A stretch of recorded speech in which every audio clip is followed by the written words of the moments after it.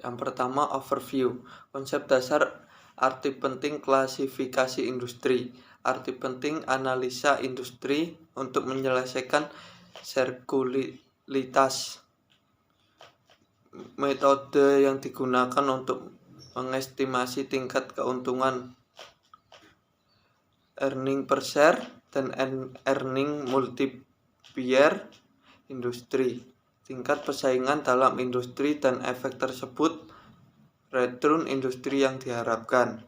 Yang kedua, pengertian industri.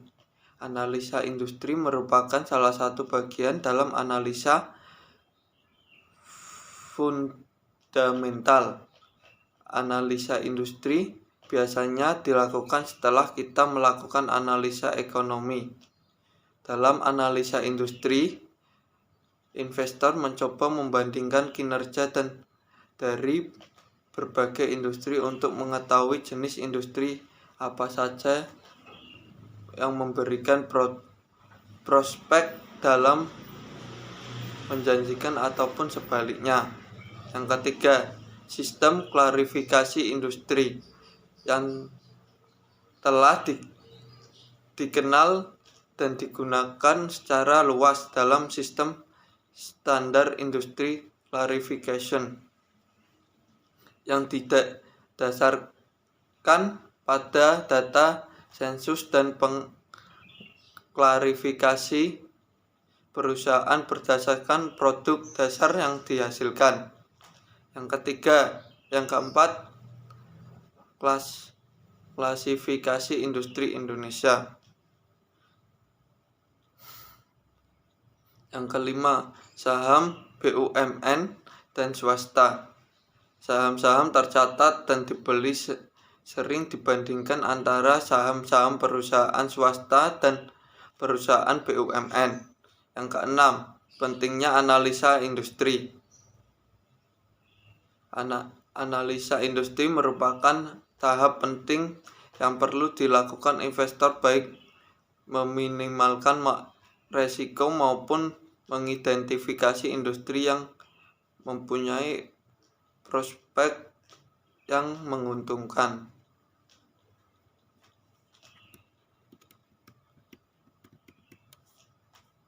Yang ketujuh, beberapa penelitian yang terkait dan menganalisa penghasilan kesimpulan. Industri yang berbeda mempunyai tingkat return yang berbeda pula. Tingkat return masing-masing industri berbeda setiap tahunnya. Tingkat return perusahaan-perusahaan di suatu industri yang sama terlihat cukup beragam. Tingkat resiko berbagai industri juga beragam. Tingkat resiko suatu industri relatif stabil sepanjang waktu. Pentingnya analisa industri. Yang ke-8, estimasi tingkat keuntungan industri. Untuk suatu industri ada dua langkah yang perlu dilakukan. Estimasi per share, yang diharapkan dari suatu industri mengestimasi price earning ratio, yang diharapkan atau disebut juga sebagai expected earning multiplier industri. Yang ke-9, jika kedua estimasi tersebut dikalikan, maka akan kita peroleh nilai akhir yang diharapkan dari suatu industri. Tingkat return yang diharapkan dari suatu industri ditentukan dengan membagi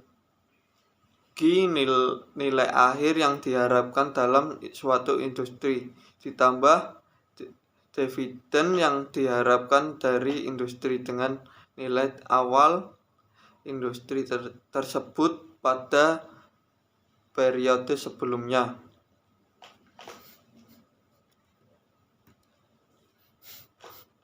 Yang ke-10, estimasi earning per share industri. Ada 3 teknik dapat digunakan untuk mengestimasi tingkat penjualan suatu industri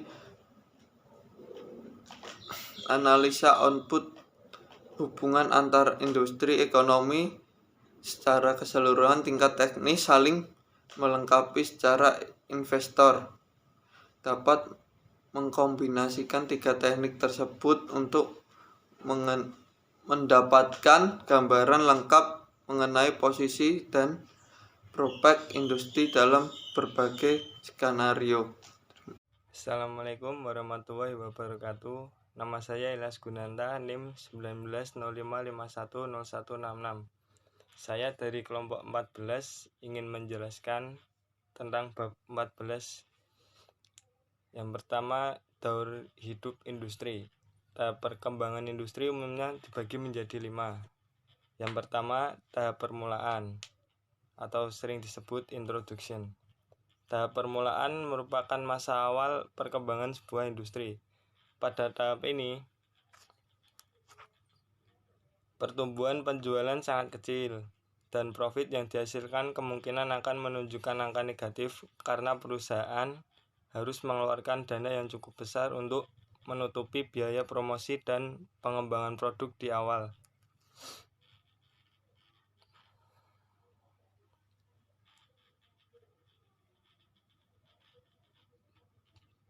Dan yang kedua, tahap pertumbuhan. Pada tahap pertumbuhan, penjualan tumbuh sangat cepat, permintaan semakin meningkat, sedangkan persaingan belum begitu ketat sehingga profit pada tahap pertumbuhan akan tumbuh tinggi.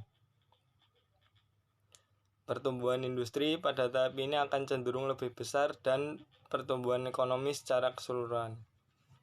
Dan yang ketiga ada tahap kedewasaan. Pada tahap ini pertumbuhan penjualan mulai menurun karena banyak persaing yang mulai masuk dan permintaan yang sudah relatif stabil. Oleh karena itu, profit pada tahap matur akan mengalami pertumbuhan yang mulai menurun dan menuju tingkat keuntungan yang normal. Pertumbuhan industri pada tahap ini sedikit lebih besar dan pertumbuhan ekonomi secara keseluruhan. Tahap yang keempat ada tahap stabil. Tahap stabil mungkin merupakan tahap yang paling panjang dalam daur industri. Pertumbuhan industri akan cenderung sama dengan pertumbuhan ekonomi secara keseluruhan atau segmen ekonomi di mana industri tersebut berada. Meskipun penjualannya terkait erat dan kondisi ekonomi, tetapi besarnya pertumbuhan penjualan masing-masing perusahaan secara individual dalam suatu industri akan berbeda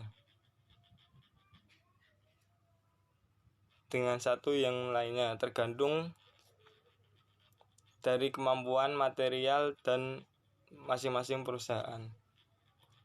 Dan yang terakhir ada tahap penurunan. Pada tahap penurunan, tingkat penjualan dan profit industri semakin menurun. Pada tahap ini ada perusahaan yang mulai keluar dari industri dan investor mulai berpikir untuk mencari alternatif industri yang lain yang lebih menguntungkan. Pertumbuhan industri pada tahap ini akan jauh di bawah pertumbuhan ekonomi secara keseluruhan. Dan selanjutnya saya akan membahas analisis input-output. Analisis input-output adalah suatu cara alternatif untuk mengetahui gambaran prospek penjualan suatu industri di mana dan di masa yang akan datang dengan mengidentifikasi pemasok atau supplier dan konsumen dari suatu industri. Dengan melakukan analisis tersebut, kita dapat mengestimasi permintaan konsumen secara datang, secara kemampuan pemasok untuk menyediakan barang dan jasa yang diperlukan dalam suatu industri.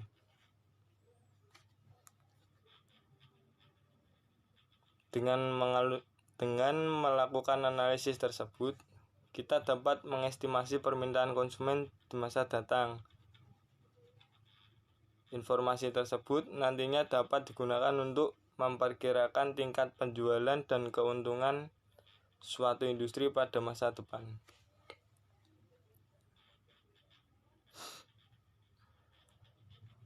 Selanjutnya ada hubungan industri dan ekonomi. Teknik analisis ini membandingkan tingkat penjualan industri dengan kondisi perekonomian secara keseluruhan yang berhubungan dengan barang dan jasa yang diproduksi oleh industri tersebut.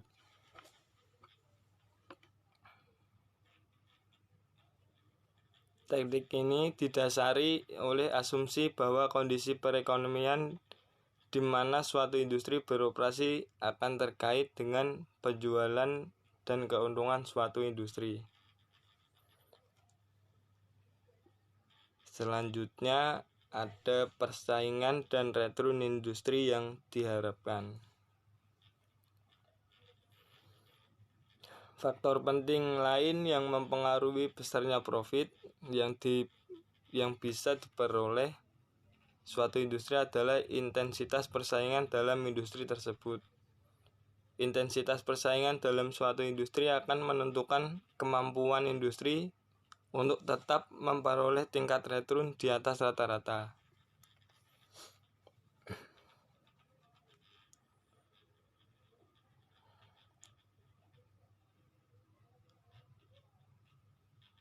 Ada 5 faktor yang menentukan intensitas persaingan dalam suatu industri tersebut. Yang pertama, adanya ancaman dan adanya pemain baru.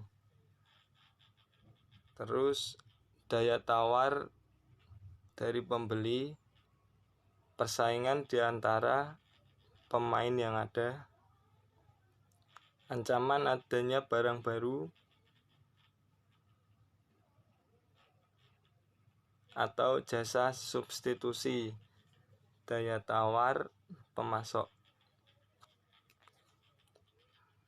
5 kekuatan persaingan akan menentukan profitabilitas industri karena 5 faktor tersebut mempunyai pengaruh terhadap komponen return on investment dalam suatu industri di persaingan dan industri yang diharapkan.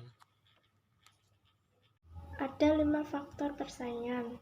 Yang pertama, persaingan antara perusahaan yang ada dalam suatu industri. Persaingan tersebut akan semakin meningkat jika terdapat banyak perusahaan yang relatif sama bersaing dalam industri tersebut. Persaingan akan dipengaruhi oleh pertumbuhan industri dan biaya tetap serta hambatan untuk keluar dari industri.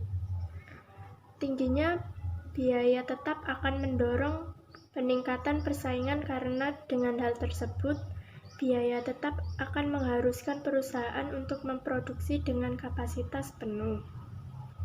Hal tersebut akan membuat penawaran di pasar semakin meningkat, kemudian akan menyebabkan harga barang semakin menurun sehingga persaingan akan semakin ketat.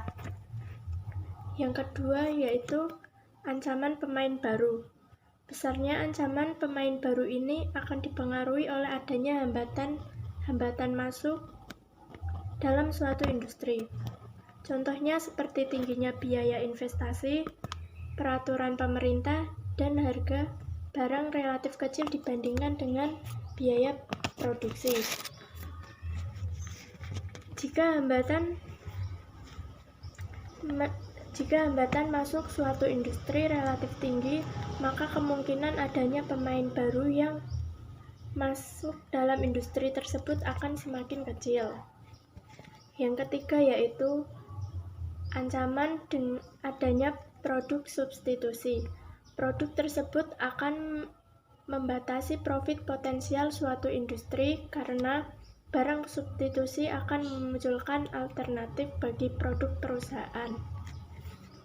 Dalam kondisi seperti itu, kemampuan perusahaan untuk menentukan harga produk akan semakin berkurang karena dibatasi adanya produk substitusi.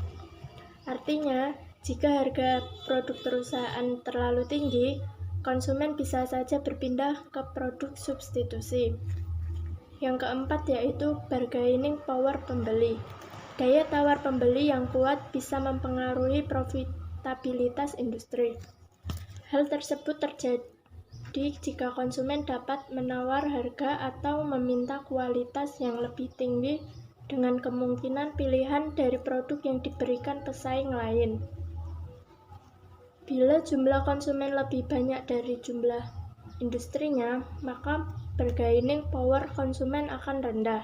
Dan sebaliknya, jika jumlah industri lebih banyak dari konsumen, maka bargaining power konsumen akan besar. Yang terakhir yaitu bargaining power pemasok. Pemasok akan mempengaruhi return industri di masa yang akan datang. Karena mereka mempunyai kekuatan untuk menentukan harga dengan kualitas produk.